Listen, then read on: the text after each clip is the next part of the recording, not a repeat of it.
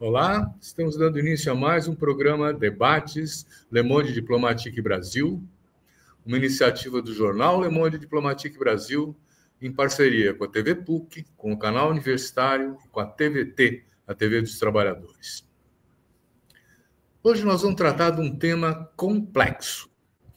O que é a esquerda brasileira? Que desafios ela tem hoje em dia? É um tema que atravessa toda a nossa discussão política de hoje em dia.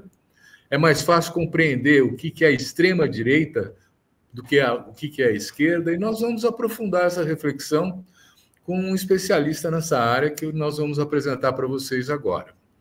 É o João Roberto Lopes. O João Roberto Lopes é doutor em ciência política pelo IUPERJ, Instituto Universitário de Pesquisas do Rio de Janeiro, e tem um doutorado sanduíche na Universidade de Nanterre, na França. Atualmente é professor de políticas públicas da Unirio e do Departamento de Ciências Sociais da PUC, do Rio de Janeiro. É coordenador do Instituto Mais Democracia, e na Unirio ele é líder do grupo de pesquisa que estuda lutas sociais, onde coordena o projeto de pesquisa Estado, Grupos Econômicos e Políticas Públicas no Brasil. João Roberto, muito obrigado por ter atendido o nosso convite. É um prazer tê-lo aqui com a gente. Vamos, então, dar início à nossa conversa? Eu tinha dito na apresentação que é mais fácil hoje a gente entender o que é a extrema-direita do que é a esquerda no Brasil. E eu queria perguntar para você, então, esse começo de conversa. Como é que você entende o que seja ser de esquerda no Brasil? Antes de mais nada, agradecer ao convite do Le Monde Diplomatique, na pessoa do querido Silvio Catiabava, que conheço já há algum tempo, embora a gente tenha depois não se encontrado mais, mas obrigado pelo convite. Então, Silvio, essa é uma pergunta que, na verdade, não é só sobre a esquerda brasileira, mas a esquerda em termos globais, mas eu acho que, de fato, a gente precisa olhar para nosso espaço doméstico aqui. A gente está num momento, né, até uma certa onda positiva para o campo da esquerda, em função do contexto da conjuntura mais recente, né? Eu acho que o Trump está ajudando, né, o campo progressista e o próprio debate no Congresso em torno da questão tarifária, né, de impor, de alguma forma, uma justiça tributária no Brasil, a questão entre ricos e pobres. Porém, me parece que a gente precisa, assim, a contribuição maior que talvez eu tenha aqui para trazer é para dizer que esse desafio, né, da esquerda e as dificuldades hoje do campo progressista, né, uma certa crise da esquerda, obviamente tem diferentes e múltiplas razões, mas eu identifico uma razão assim muito importante que eu gostaria de compartilhar com você e com quem nos assiste, né? Não é o que eu vou dizer aqui não é um diagnóstico pessoal, obviamente, mas é algo que me parece pouco ainda discutido e explorado aí nas conversas sobre a esquerda, os rumos da esquerda, que é o fato de que a gente não conhece o nosso inimigo. Eu boto o nosso porque, de alguma forma, me enquadro aí no campo progressista, embora esteja aqui num duplo papel, né, acadêmico e também de ativista, de militante. A gente não conhece o nosso inimigo. Me parece, e isso esse é o ponto, que se a gente pegar da Constituição de 88 até 2008, até a crise financeira de 2008, esses 20 anos, houve um certo lapso, um certo apagão em termos de compreensão, de entendimento, de estudo sobre a organização capitalista no Brasil e, principalmente, como vem se estruturando a classe proprietária, a grande burguesia brasileira, né? Esse período de 20 anos,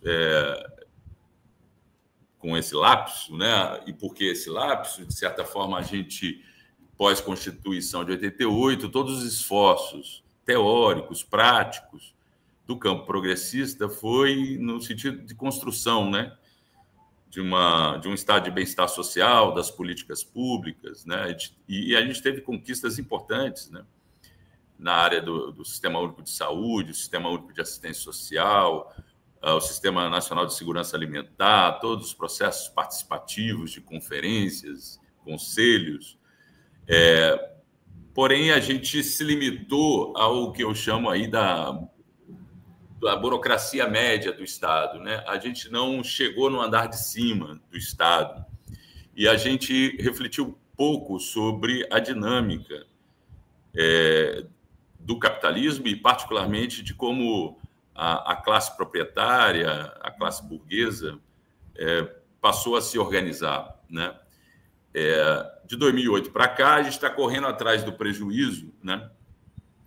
E o fato é que as mudanças que ocorreram foram mudanças muito profundas na estrutura do capital e também de longo alcance, né?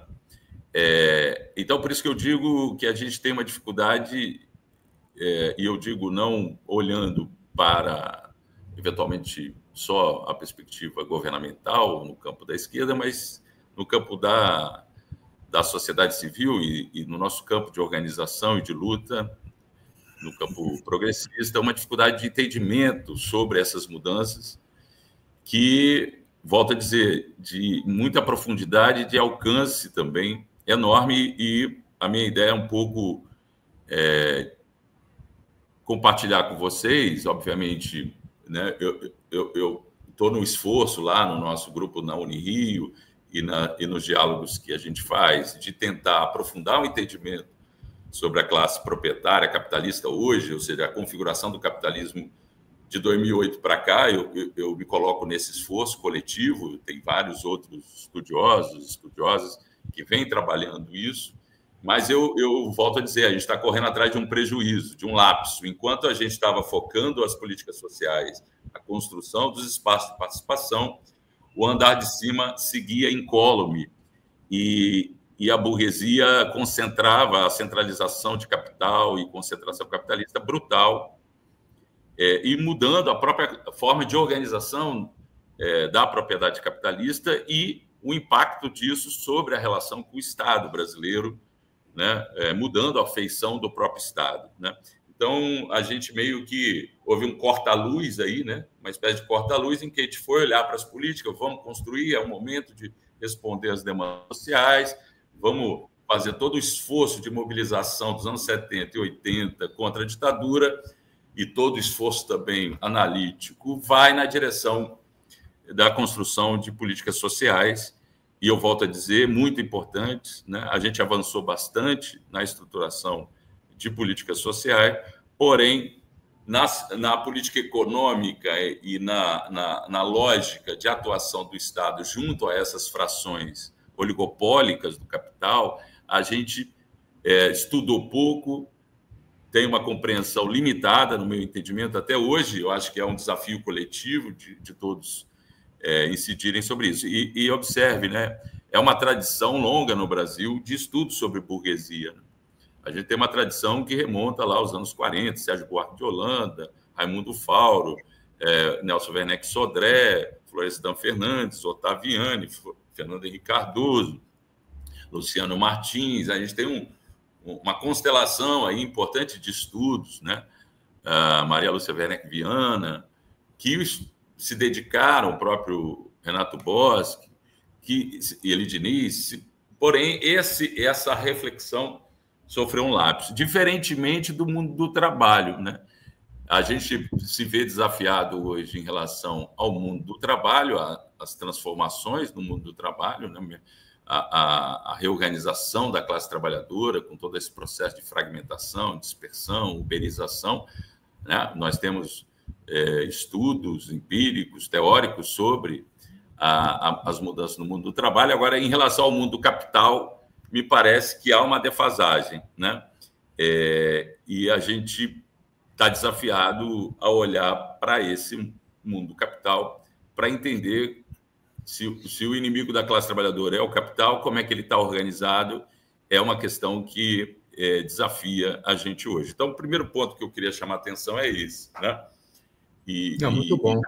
E compartilhar com vocês o que me parece ser algumas tendências desse mundo do capital que a gente precisa aprofundar. Eu não tenho respostas, obviamente. É um esforço, volto a dizer, desse campo não é uma questão só teórica, né? Que é aquela questão, né? Sem teoria, a prática fica desorientada, né? Então, um pouco é essa perspectiva de pensar a dimensão dos desafios que estão colocados, né?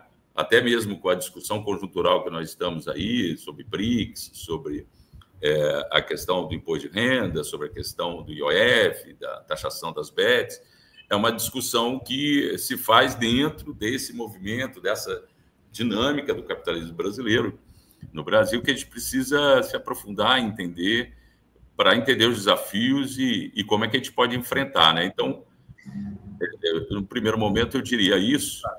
Então, Roberto, eu entro agora para te dizer o seguinte, né? Tem analistas que falam que nós estamos vivendo um momento de um reformismo brando nos governos do PT, né? E que, na verdade, isso não seria uma política de esquerda, né?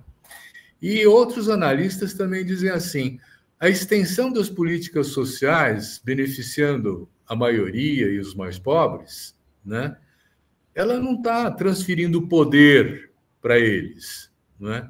Então, em termos de encontrar o inimigo e saber como lidar com ele, eu estou entendendo que você está usando um pouco conceitos como o do Laclau, da MUF, né? Quer dizer, eles estão ainda em aberto, né? Quer dizer, essa questão. E aí é que eu pergunto a você, quer dizer, se nós pensarmos em termos de poder, né? Como é que está a esquerda hoje? Eu volto ao meu ponto, viu, Silvio? Me parece que a gente volta, eu insisto, né? Há um desequilíbrio, né? Porque para pensar o poder da esquerda, se a gente se acerta em relação à ideia de que esse campo, historicamente, né, está ligado à luta dos trabalhadores exatamente contra esse processo de exploração, o que eu quero acentuar é que esse processo de exploração e a força desses agentes do capital se agigantaram de tal forma, né? Por isso que eu falo em correr atrás do prejuízo. Enquanto a gente estava construindo as políticas sociais, e aí eu vou já entrar, então, em alguns elementos que eu gostaria de compartilhar, né? Então, a gente fala, por exemplo, quando fala de uma brutal centralização do capital, né? Por parte, né, da dinâmica capitalista brasileira. A gente, em 2013, o Mais Democracia, que é essa organização que a gente criou em 2011 com um grupo de pessoas, a gente lançou uma campanha que era Quem são os proprietários do Brasil? A gente atuava no monitoramento do BNDES e a gente via uma relação muito próxima do BNDES com os grupos privados, algo que já se estabelecia no processo de privatizações do governo Fernando Henrique. E essa aproximação com os grupos privados se tornou ainda mais forte durante os governos Lula I e Lula II. E aí a gente percebe que, naquele momento, né, início da segunda década, os proprietários eram basicamente, ou seja, os proprietários que eu estou dizendo são aqueles proprietários últimos que controlam a estrutura acionária desses grupos, grandes grupos privados no Brasil, na época, Odebrecht, OAS, Gerdau, Vale, né, JBS, e a gente via que basicamente eram holdings, né, que estabeleciam controle sobre a estrutura do capital, holdings familiares, né? Se a gente pega e atualiza esse trabalho, né, a gente não teve tempo, condição de atualizar, financeira, de atualizar esse estudo, mas outros fizeram, né? Tem um estudo, depois eu posso até compartilhar com quem tiver interesse, e botar aqui o link. Em 2018, um estudo de Carvalho e Ribeiro, que vão apontar que os maiores proprietários da estrutura de capital no Brasil, e que isso representa 60% a 70% do mercado acionário brasileiro. Os 10 maiores são bancos e fundos de investimento, né? Domésticos e estrangeiros. A exemplo de Itaú, Bradesco, BTG Pactual, BlackRock, que é americana, o maior chamado gestor de ativos, né? Asset Management, uma palavra chique, né? Em inglês, mas na verdade, fundos de investimento, o BlackRock é o maior deles no mundo, né? Só o que eles têm de negociação de ativos, de ações e ativos financeiros pelo mundo representa mais de 6 vezes o PIB brasileiro, a BlackRock. A BlackRock, a Brookfield, que é canadense, que, por exemplo, adquiriu a BR Distribuidora, né, que tem uma atuação no saneamento, e eu pretendo aqui também compartilhar com vocês, a gente vem estudando muito o caso do saneamento e a privatização do saneamento, e que avança, que segue avançando, infelizmente, na gestão do BNDES hoje, né, com o Mercadante. A gente tem outros fundos domésticos, como o Dínamo, 3G Capital, do Lehman, Alaska, que são fundos, e é importante que o nosso telespectador aqui entenda que fundo de investimento não é banco, é um clube de investidores. E eles estão fora da regulação bancária, né? No mercado financeiro, eles são chamados de shadow bank, né? Sombra, né? Eles atuam na sombra do banco, né? Eles não estão regulados pelo famoso Acordo de Basileia, que é um acordo que regula as instituições financeiras bancárias.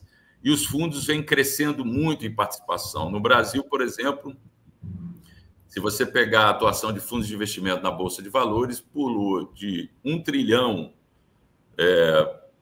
no início desse século, em 2002, 2003, fechou a década passada com 10 trilhões, né, de operação.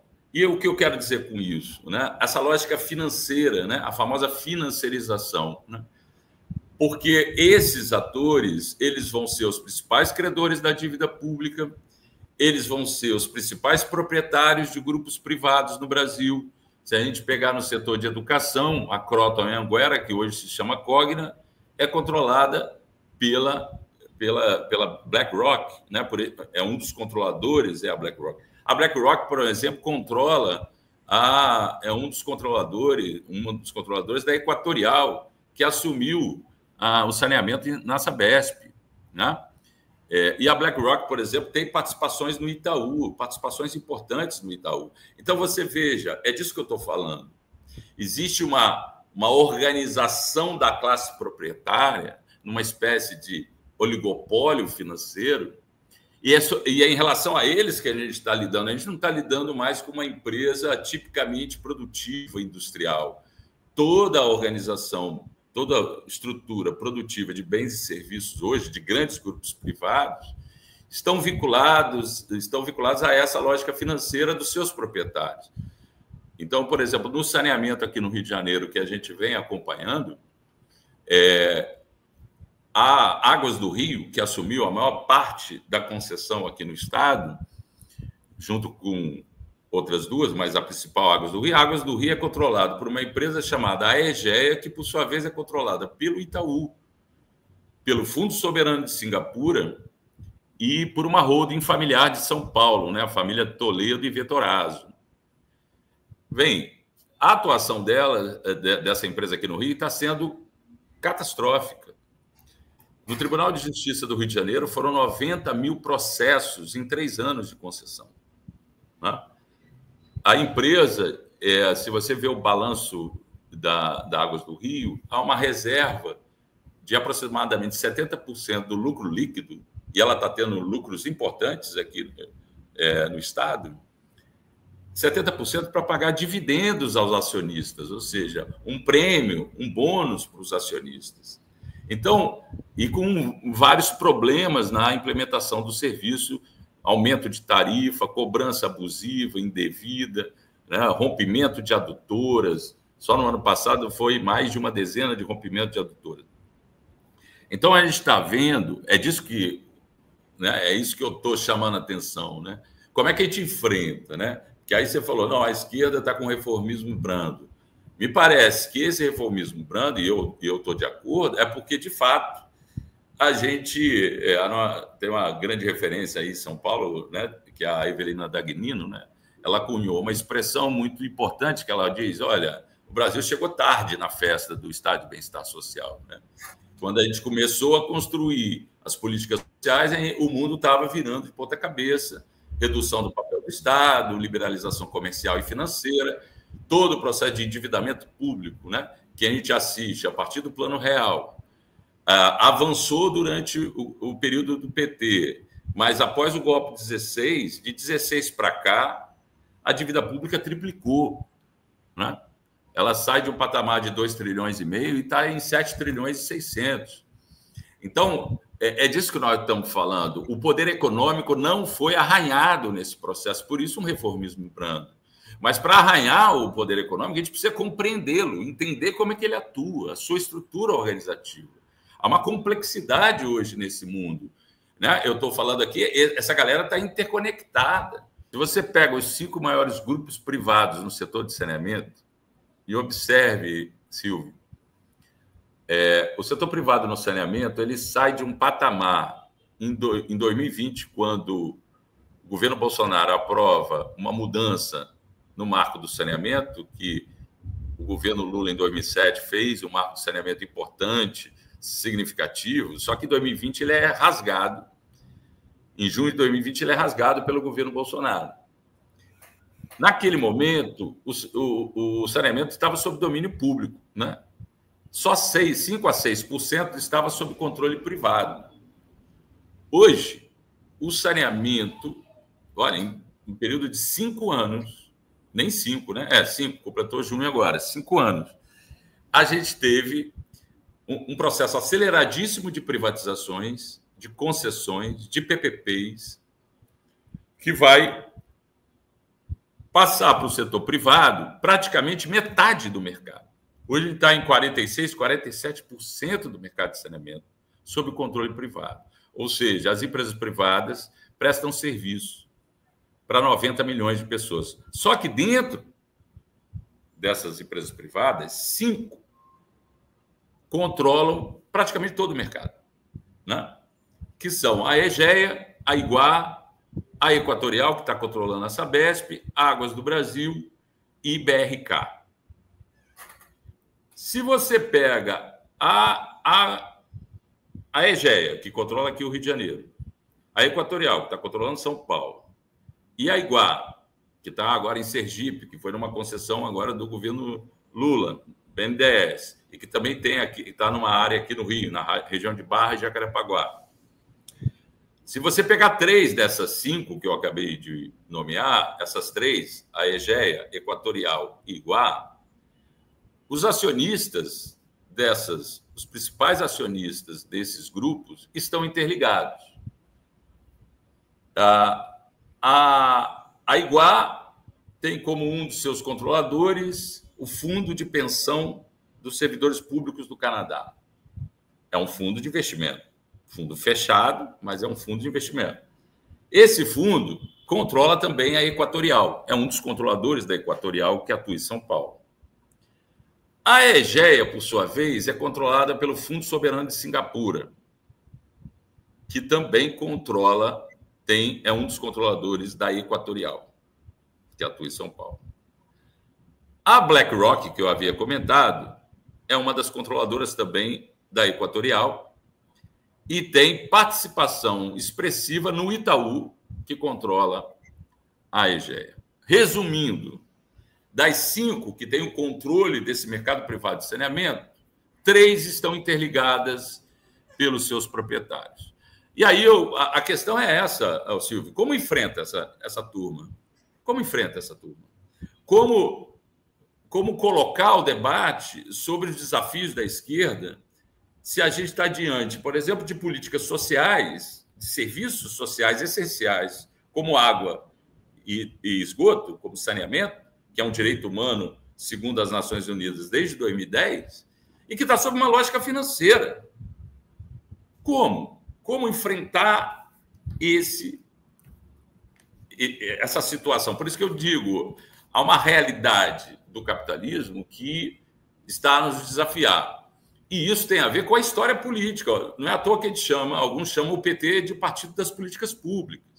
Porque, de fato, na trajetória do PT, e a gente acompanhou isso de perto, o PT teve um papel enorme. O PT estava ligado a todas as lutas sociais no Brasil. O PT teve um papel fundamental na construção de um sistema de proteção social minimamente aí, né, estruturado, né, com legislações, com procedimentos, com fundos, financiamentos. Porém, a estrutura, né, o que a gente chama do andar de cima, né, o Ministério da Fazenda, o Conselho Monetário Nacional, o Banco Central, o Copom, o Ministério da Agricultura, essa galera, né, o agronegócio, que também está financiarizado, né, inclusive o famoso land grabbing, né, que está havendo um processo de apropriação de terra no Brasil por esses fundos. A Brookfield, por exemplo, está atuando no saneamento, ela é controladora da BRK, a Brookfield atua na distribuição, né, na BR Distribuidora, que agora chama Vibra, né, atua em aquisição de terras no Brasil. Então, veja, essa galera foi se agigantando, foi se hipertrofiando, hiperconcentrando. Então, enquanto eles estavam construindo política social, é como se um monstro fosse sendo alimentado pelas políticas econômicas, políticas fiscais. Roberto, quando você fala do monstro sendo alimentado, né, eu me lembro, por exemplo, de que as mineradoras que estão degradando a Amazônia em busca de ouro, elas são financiadas também pela BlackRock, por exemplo, né? Quer dizer, então, as consequências sociais, as consequências ambientais não são levadas em conta, né? O que importa é fazer essa extração. E se o fundo de investimento não receber o retorno que demanda, essas mineradoras quebram. Então, elas são compelidas, inclusive, a trabalharem ilegalmente, a contaminarem, a destruírem as comunidades ribeirinhas, os quilombolas, as comunidades indígenas. E aí está o conflito. Aconteceu com a Vale aí, né? A mesma situação, né? Os crimes da Vale.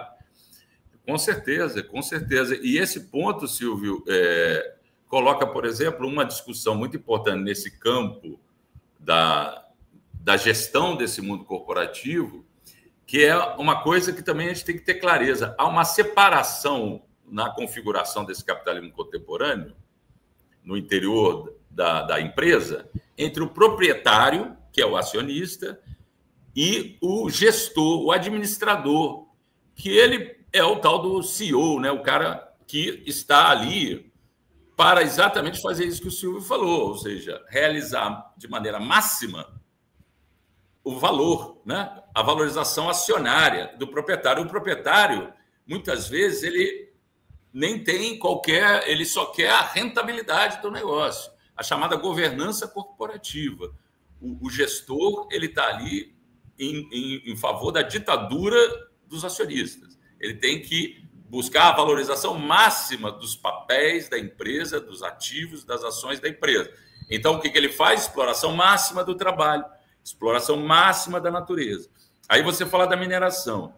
A gente agora tem uma nova rodada, né, de expansão extrativista no Brasil, a partir dos chamados minerais críticos, né, associados às novas tecnologias. Então, o Brasil se colocando para a implementação de data centers, que consomem energia e água de uma maneira abissal, as chamadas terras raras, que também são fundamentais para esse setor né, da informática, da inteligência artificial, lítio para as baterias.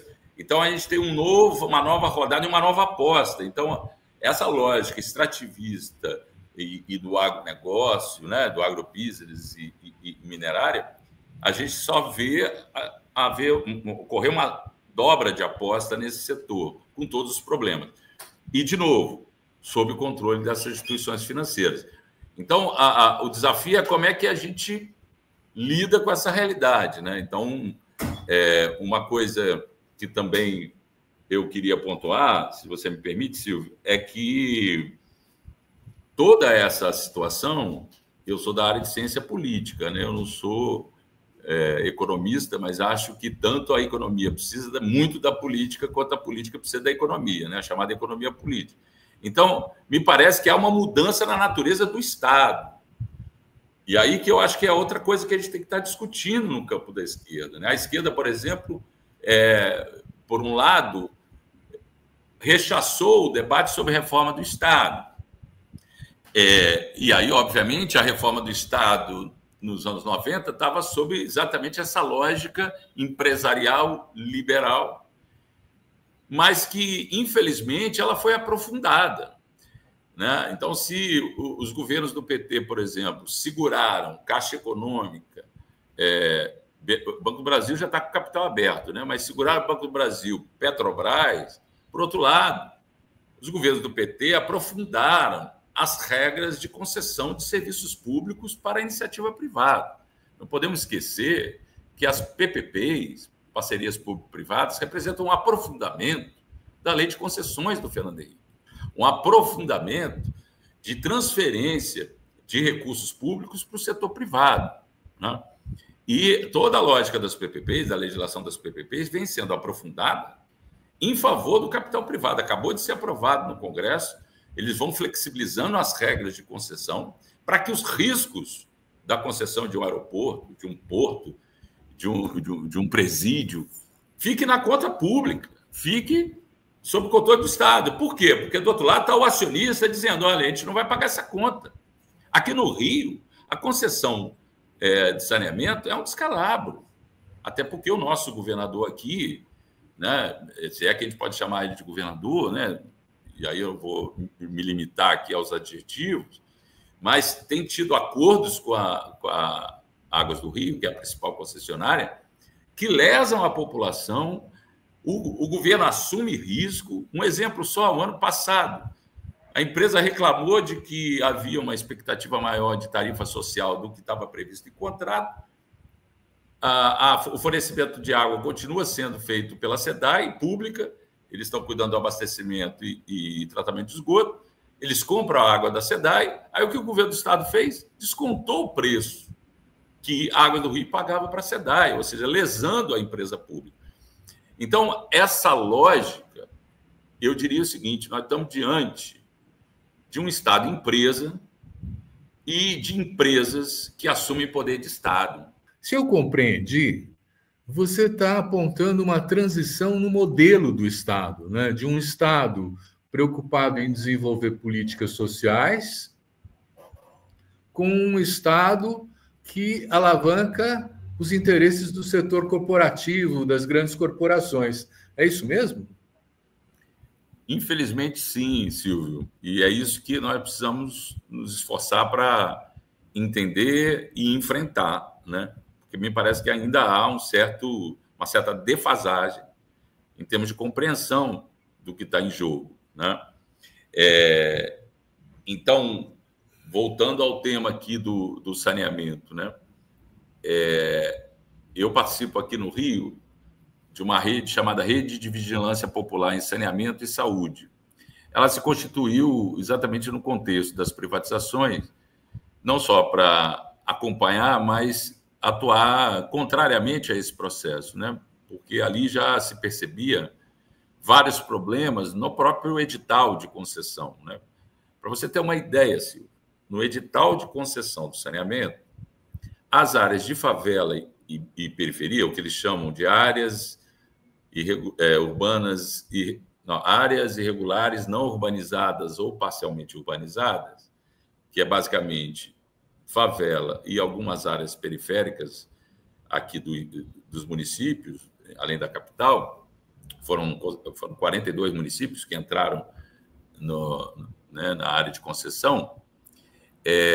Lá no edital está escrito que essas áreas irregulares não urbanizadas ou parcialmente urbanizadas estavam fora da meta de universalização do serviço. Está escrito. A lei do Bolsonaro, de 2020, determina que o saneamento, a água, até 2033, nós teríamos 99% de abastecimento de água e saneamento, a gente teria esgoto coletado e tratado 90%. É um absurdo, né? É uma mentira, né? Algo que, em hipótese alguma, vai acontecer, infelizmente, né? E aí você vê que no próprio contrato já está dizendo que essa população não é cidadã, né? Porque ela não faz parte da meta de universalização do serviço. Então, é um exemplo claro do que você colocou, né? De que as políticas hoje servem a essa lógica corporativa financiarizada. Outro exemplo muito claro, né, que a gente está assistindo o tempo todo, é a troca de uma regulação pública por uma autorregulação do setor privado. Eles querem se autorregular. O que é a autonomia do Banco Central? E eles querem avançar para a autonomia política, administrativa total do Banco Central. O que é a autonomia do Banco Central, se não uma autorregulação do sistema financeiro nacional, né, o controle da moeda por parte das principais instituições financeiras que eu acabei de elencar aqui quais são. Mas não foi sempre assim? Veja, há um processo de aprofundamento disso, né? O Banco Central sempre teve ali figuras e representantes, na maioria, né, se pegar todos os presidentes do Banco Central da redemocratização para cá, estavam vinculados ao sistema financeiro, com algumas exceções, funcionários de carreira no governo Dilma, né? A gente teve o Tom Bini, né? Agora, havia ainda algum, do ponto de vista institucional, legal, do direito público administrativo, a ideia de ascendência pública, né? Quando você estabelece autonomia, eu vou dar outro exemplo. A partir de 2008, eu não sei se você sabe, Silvio, existe uma organização que é a Ambima, que é uma associação dos principais investidores do mercado financeiro. A Ambima é uma ONG. A gente conhece o setor de ONG, né? Criação da BONG lá atrás, trabalhei também em ONG. Do ponto de vista jurídico, ela é uma ONG. É uma associação civil sem fins de lucro. A Ambima hoje, desde 2008, ela regula o mercado financeiro junto com a CVM, Comissão de Valores Imobiliários.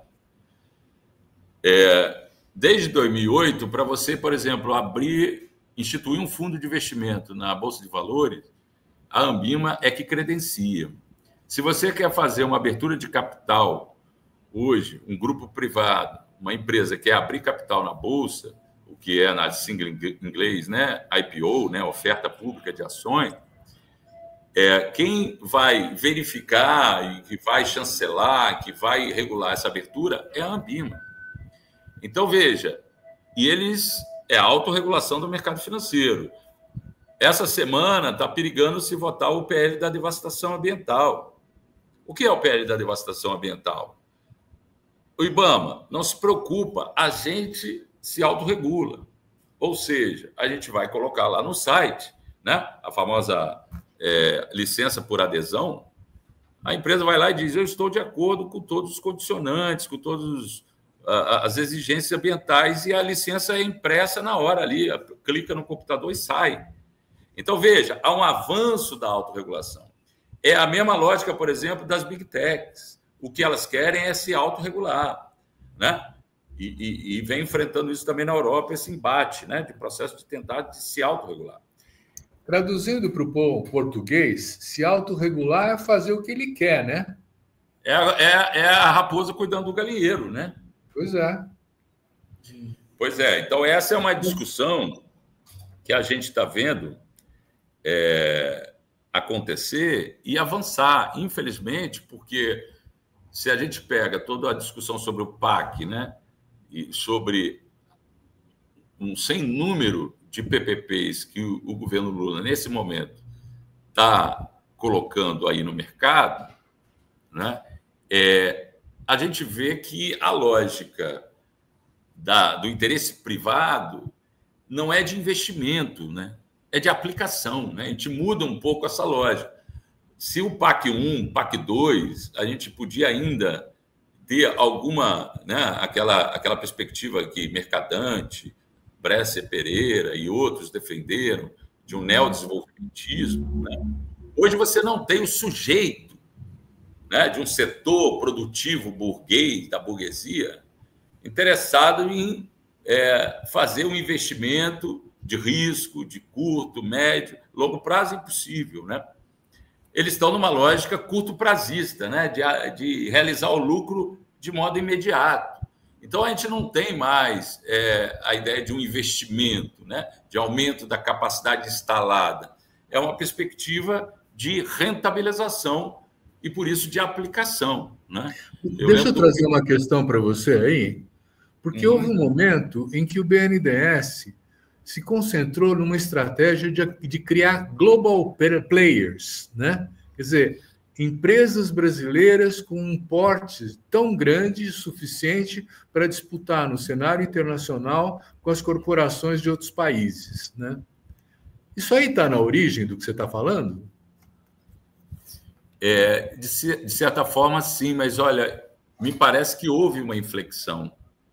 E a gente precisa entender essa inflexão, porque o BNDES, naquele momento, ele era a pedra de toque, naquele momento que eu digo até 2012, 13, 14, ele era a pedra de toque da perspectiva de um neodesenvolvimentismo, né? De que haveria possibilidade de uma lógica de o Estado com políticas lá, né? de taxa de juros subsidiada, de condições de crédito favorecida, alavancar a nossa capacidade produtiva, o crescimento efetivo da economia, geração de trabalho e renda, geração de emprego, né? A gente teve ali ensaios disso importantes, né? Mas é aquilo que... E aí que está... aí são duas questões, né, Silvio? Por um lado, as chamadas campeãs nacionais, essas global players, né? São campeãs nacionais que, na verdade, vinham na esteira das privatizações, né? A gente não pode dizer que a Odebrecht é uma campeã nacional criada no período do PT. A Gerdau, Bradesco, Itaú, essa galera, a Vale, esses campeões nacionais já estavam colocados lá na privatização. O que o BNDES fez naquele momento dos governos petistas, até 2014, foi alavancar esses grupos, né? E aí tem uma inflexão que eu queria pontuar também, que é o golpe 16, né? Eu acho que a gente também não pode perder de vista que uma das perspectivas né, pós-crise de 2008 foi desses grandes players financeiros, né, buscar espaços de valorização pelo mundo. E a questão do pré-sal no Brasil, sem dúvida, foi uma questão central ali, na minha avaliação, para essa quebra institucional que ocorreu em 2016 e para o avanço desses fundos de investimento de uma maneira mais radical no Brasil. Lembrar que esses fundos já estavam operando políticas sociais, né? No período Lula. O FIES, por exemplo, contribuiu enormemente para a Croton Anhanguera ser o que ela é hoje, né? A Estácio, IBMEC, que agora Estácio e IBMEC se chama Idux, né? Eles mudam de nome. A Croton Anhanguera é Cogna. É claro que as políticas desse reformismo brando acabaram também fortalecendo esses setores financeiros. Só que eles queriam mais, né? Eles queriam atingir ali, né, a questão principalmente do petróleo, né, e das distribuidoras. Não foi à toa que todo o sistema ali começa todo, né, ainda com a Petrobras ainda se mantendo, mas um assédio, né, dos acionistas privados da Petrobras, a privatização depois da BR Distribuidora, da principal distribuidora aqui do país, a questão depois da Eletrobras, onde o principal acionista, né, a gente não tinha também privatizado a geração de energia, essa também os governos petistas seguraram. Então, houve uma busca de novos ativos financeiros. Esses fundos foram ao mercado, né, foram ao supermercado para comprar esses ativos com alta rentabilidade e exigir essa alta rentabilidade. E aí, me parece que a conjuntura do golpe 16 tem muito a ver com esse movimento. Por isso que eu digo que há uma mudança de 2012, 13, no perfil dos proprietários, dos acionistas maiores no Brasil, para o final da década. Por volta aí de 2018, 2020, a gente já tem instituições financeiras domésticas e internacionais controlando hoje os principais grupos, né? E toda a questão da dívida, né? Que a gente não pode perder de vista, todo esse arroxo fiscal, né? Que é operado há muito tempo, mas que agravou, né? Porque de 2016 para cá, como eu disse, a dívida pública triplicou, né? Teve o momento inicial do governo Fernando Henrique que a dívida estourou, teve uma certa estabilização, né? O Lula pegou 1 trilhão de dívida e a Dilma entregou 2,5 trilhões, e hoje a gente chega a 7,5 trilhões. Então, e são os mesmos, são essas mesmas instituições. Então, a gente tem que entender que eles são inimigos, né? Então, assim, vamos para aquela perguntinha do Lenin, né? O que fazer? O que fazer? A gente tem que começar a enfrentar, para além da classe política, essa classe financeira corporativa. Aí você fala, talvez, né, me pergunte, mas como enfrentá-los, né? Mas antes de pensar o como, acho que a gente precisa ter o entendimento do poder, da forma como eles atuam, das suas estratégias, das suas conexões, para a gente enfrentar, né? Por isso aqui, por exemplo, no caso do saneamento, a gente vem estudando esses grupos para entender. Estamos estudando o orçamento desses grupos, o balanço desses grupos, o balanço financeiro desses grupos, né? A gente estudou muito tempo o orçamento público, fundamental, mas a gente precisa também agora entender o orçamento privado, porque, veja, só a Egea, ela presta serviço de saneamento para mais de 30 milhões de brasileiros e brasileiras. Ela é uma empresa privada? Ela é. Mas como assim? Presta serviço para 30 milhões e a gente vai seguir nos termos de contrato, que a linguagem do Estado virou a linguagem contratual, que é contrato de concessão, que é uma linguagem comercial, em que o setor privado sempre se beneficia em detrimento do público. Não, a gente tem que exigir das empresas privadas prestação de contas, como a gente fazia com o setor público. João Roberto, mantendo essa linha de raciocínio que você está desenvolvendo, eu estou achando muito rica, né? Eu fico pensando assim que, por exemplo, hoje uma JBS já não é mais nacional. Ela é transnacional, internacional, ela leva o dinheiro dela para fora, ela faz seus investimentos em outros países, quer dizer, ela não está mais sob o controle brasileiro, né? E nesse sentido, quer dizer, eu colocaria para você o desafio de dizer assim, bom, o Estado tem capacidade de regular hoje esses grandes grupos? Essa é ótima pergunta, porque o meu argumento, por um lado, é dizer, da forma como o Estado está configurado, ele está configurado à semelhança do mundo corporativo e empresarial, né? A partir do momento que as regras públicas se subordinam a uma lógica de direito comercial, de autorregulação, o Estado virou um Estado SA. Com esse Estado que aí está, não é possível. Aí você diz, mas então, como enfrentar, né? Um pouco aquele ditado, estamos sem pai nem mãe, né? Mas, na verdade, a gente está falando da necessidade da reorganização do campo progressista, do ponto de vista político, organizativo, teórico, analítico. E aí, o que eu estava argumentando antes do intervalo é que a gente tem que começar a confrontar diretamente essas corporações. O poder político, elas assumem hoje um poder de Estado. Então, a gente tem que ir para além da classe política, né? Quando a gente vê o Centrão, por exemplo, no Congresso, dizendo nenhuma agenda que vá ferir os ricos a gente vai aprovar, é claro que a gente tem que ir para cima do Centrão, mas a gente tem que ir para cima dos ricos também, né? E lembrar que riqueza, né? Vamos tomar cuidado, né? Porque senão a gente fica... Se você pegar o estudo da Oxfam, que vem fazendo estudos sobre bilionários do mundo, ela mostra que esse 1% mais rico do mundo controla 50% dos ativos financeiros. Muito recentemente, a Oxfam despersonalizou essa coisa dos bilionários, porque senão fica parecendo uma questão o cara é rico, pô, merecido, é um indivíduo. Não. O cara, ele é um acionista, por isso ele é bilionário, trilionário. Né? Então, essa estrutura. Agora, a pergunta ficaria, mas como enfrentar? Né? Porque para a gente, de alguma forma, resgatar o caráter público do Estado, esvaziar esse domínio empresarial sobre o Estado, implica a gente, de alguma forma, incomodar o mundo corporativo, né? Responsabilizar o mundo corporativo pelas violações, pela falta de água, pelo problema ambiental, né? A gente tem que responsabilizar diretamente essas corporações, né? Se a gente pegar o caso da Vale, por exemplo, né? A Samarco é controlada pela Vale. Já houve uma dificuldade de responsabilizar a Vale. Mas a Vale é controlada por quem? Quem é o maior acionista da Vale? É o Bradesco. Alguém falou do Bradesco?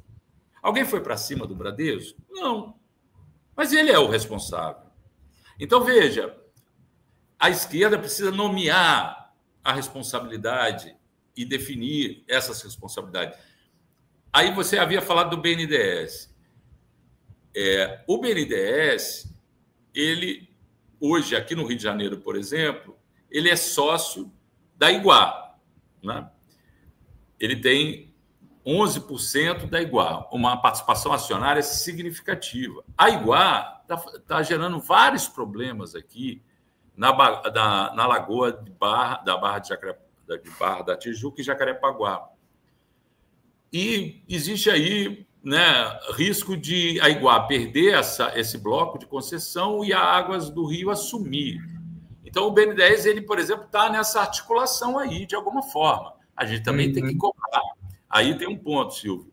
Existem determinados órgãos do Estado que estão conectados com esses oligopólios financeiros. O Ministério dos Direitos Humanos não está conectado. O Ministério do Desenvolvimento Agrário não está conectado. Agora, o Banco Central está conectado. O Ministério da Fazenda está conectado. Aí eu pergunto a você que eu sei que tem uma tradição de defesa da participação social, da democracia participativa, quando é que a gente reivindicou a participação no Ministério da Fazenda, a participação social no Ministério da Fazenda, a participação social no Conselho Monetário Nacional? Eu lembro que a CUT, em 2002, chegou a levantar essa lebre, mas logo depois largou mão. Ou seja, a sociedade, as instituições de pesquisa públicas, as universidades, os movimentos organizados, participarem das decisões econômicas. João Roberto, essa é uma agenda que a gente precisa levar à frente. Você acertou em cheio. Acho que nós fechamos com chave de ouro a nossa conversa. Eu agradeço muito a sua participação, foi muito esclarecedora, né? E agradeço você também que nos assiste, dizendo muito obrigado, semana que vem tem mais. Muito obrigado.